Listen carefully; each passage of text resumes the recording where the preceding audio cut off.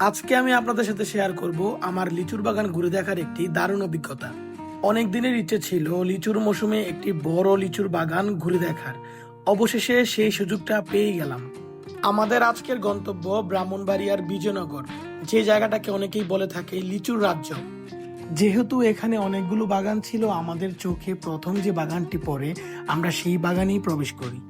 বাগানে ঢুকেই চোখে পড়লো সারি সারি লিচু গাছ। চারপাশের সবুজ প্রকৃতি আর লালচে লিচুর সমাহার দেখে আমার খুবই ভালো লাগছিল।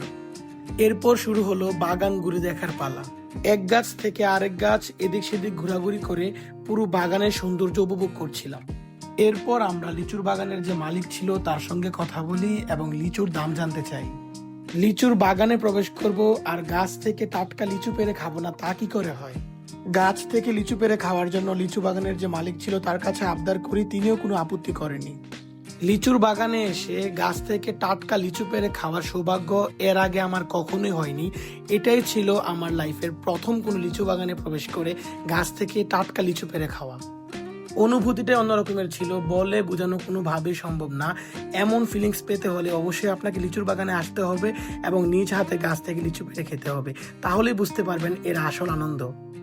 বাজার থেকে কেনা লিচুর চেয়ে গাছ থেকে লিচু পেড়ে খাওয়ার টেস্ট যে কতটা ভিন্ন তা বাগানে এসে লিচু পেড়ে না খেলে কোনোভাবেই বোঝানো সম্ভব না।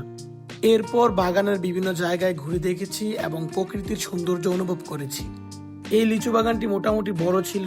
এই বাগানে অনেকগুলো লিচু গাছ ছিল আর লিচুগুলো মোটামুটি ভালো ছিল। লিচুগুলোতে হালকা দাগ ছিল আর হালকা টক ছিল, যার কারণে আমাদের অনেকেরই এই লিচুগুলো পছন্দ হয়নি, তাই আমরা অন্য একটি বাগানে চলে যাই। এই বাগানটি ছাড়াও এখানে আরো 15 থেকে 20টি ছোট বড় লিচু বাগান রয়েছে।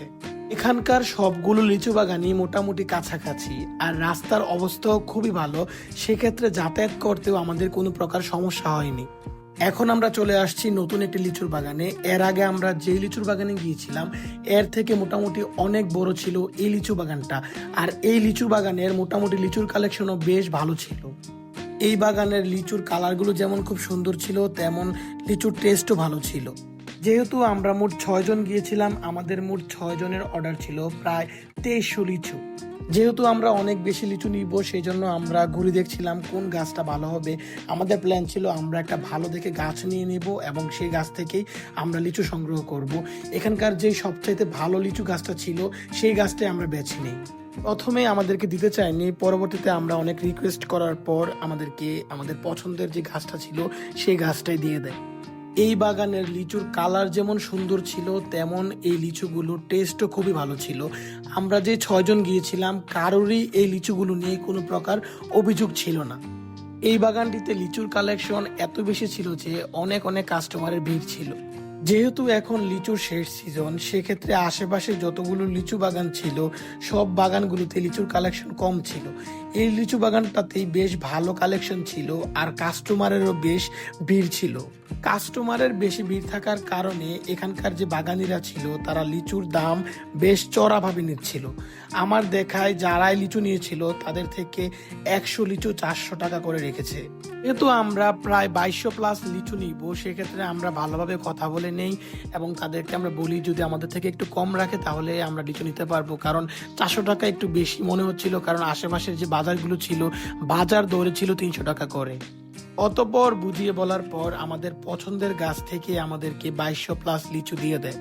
বাগানিরা খুব সুন্দরভাবে লিচু গাছ থেকে লিচুগুলো পাড়ছিল এবং লিচু পাড়ার পর তারা খুব সুন্দর করে থোকায় থোকায় লিচুগুলোকে ভাগ করে রাখছিল। এই দৃশ্যটা আমার কাছে খুবই ভালো লেগেছে। এরকম সুন্দর দৃশ্য আর গাছ থেকে টাটকা পাকা লিচু পেড়ে খেতে হলে অবশ্যই আপনাকে লিচু বাগানে আসতে হবে।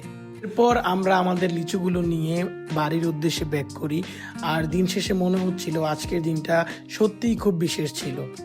সকল কিছুর জন্য আলহামদুলিল্লাহ। দেখা হবে নতুন কোনো ভিডিওতে। আল্লাহ হাফেজ।